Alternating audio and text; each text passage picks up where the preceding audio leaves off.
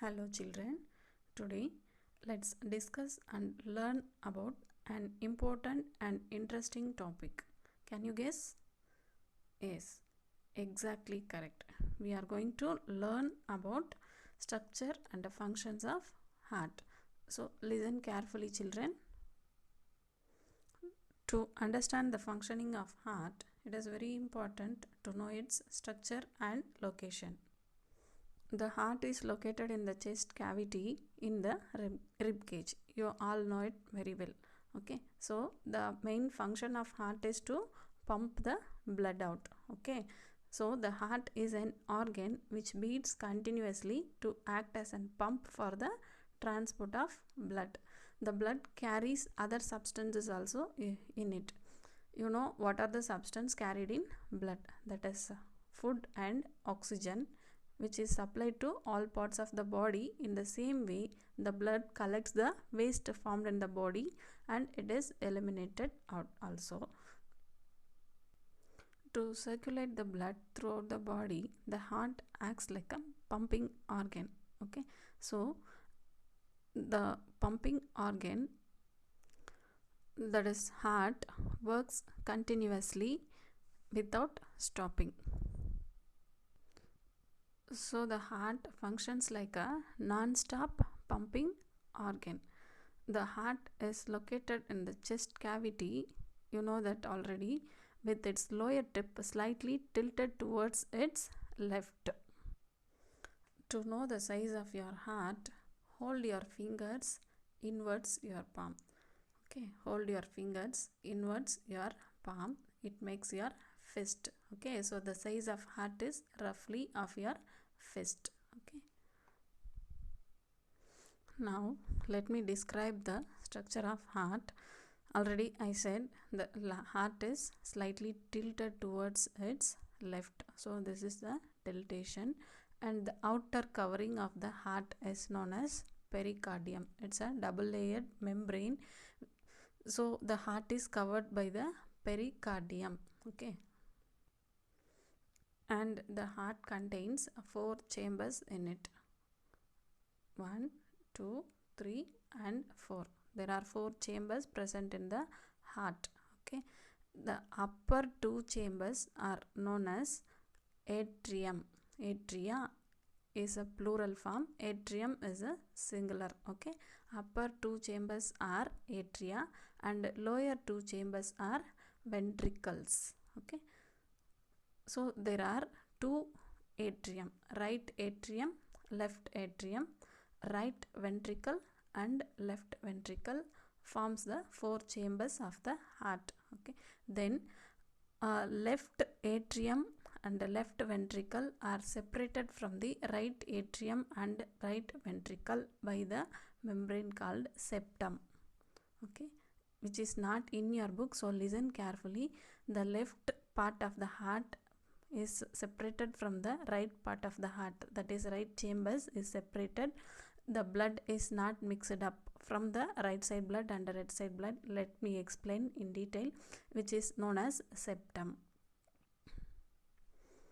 The left atrium and left ventricle are separated by the valve known as mitral valve.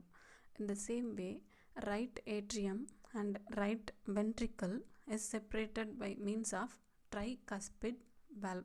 Always left side of the heart receives oxygenated blood from the lungs. Already you know that in last class we discussed about blood vessels. There are 3 kinds of blood vessels. Blood is transported through blood vessels. The 3 kinds of blood vessels are arteries, veins and capillaries. Arteries are always going away from the heart. That means they carries blood from the heart to body parts. Okay, so here the pulmonary vein receives the oxygenated blood from the heart and it is pumped through the left atrium and passing through left ventricle. From the left ventricle the blood is passing out through the arteries and it is supplied to all parts of the body.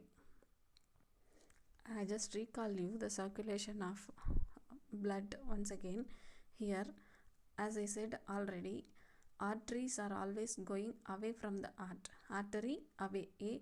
In that a simple manner you can remember. So here pulmonary artery is going away from the heart to the lungs. This pulmonary artery carries deoxygenated blood. That means blood rich in carbon dioxide. Okay, so from the heart, this pulmonary artery carries blood which is rich in carbon dioxide to the lungs, where the blood get purified.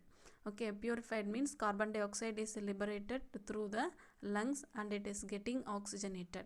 So oxygenated blood is carried towards the heart by pulmonary vein. Okay, veins are always towards the heart, arteries are always away from the heart, and veins are always towards the heart. Okay, in this way you can easily remember artery away. In that way, if you remember, means it will be easier for you. So pulmonary artery carries deoxygenated blood away from the heart to the lungs, where the blood gets oxygenated by, while oxygenated carbon dioxide is liberated out. You know that mechanism.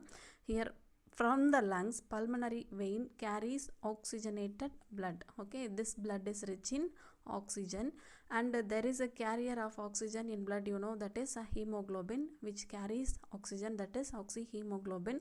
From the heart, arteries are away from the heart, carrying the blood away from the heart. Then the arteries are splitted into the minute blood vessels called capillaries. Okay, so these capillaries ends with veins. Understand clearly, arteries carries blood away from the heart to all parts of the body. When it reaches to the every cell, the arteries are splitted into capillaries, that is minute blood vessels.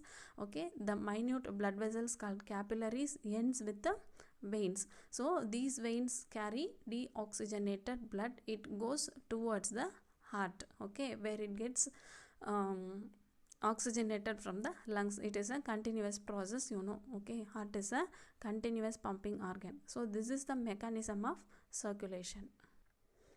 The blood which is carried in the artery contains oxygenated blood which is supplied to all body parts. Okay, and then the arteries are splitted into capillaries, where it reaches every cell of our body, and then oxidation, cellular respiration of the process taking place over there, and then carbon dioxide is liberated out.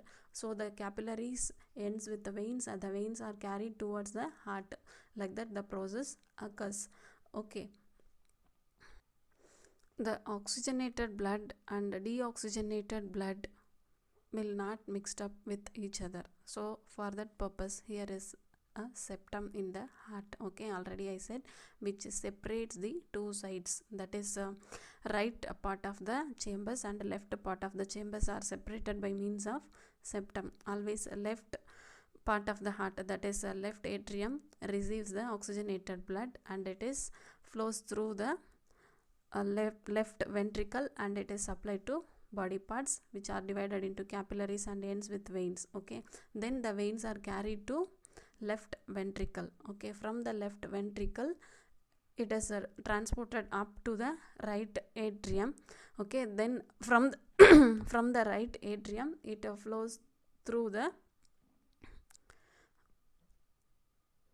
veins. Okay, veins are thin elastic blood vessels and they contain valves in it. The valves do not allow the blood to flow in opposite direction. Okay, so veins carry the blood in unidirection.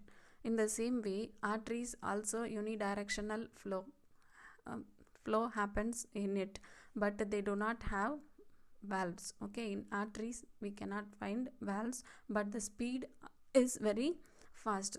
So arteries contain rapid speed of blood circulation, so that the blood will not flow in a opposite direction. So that is the major difference between arteries and veins. William Harvey was a scientist who found the blood circulation in human body. He found that blood flows in the blood vessels by oscillatory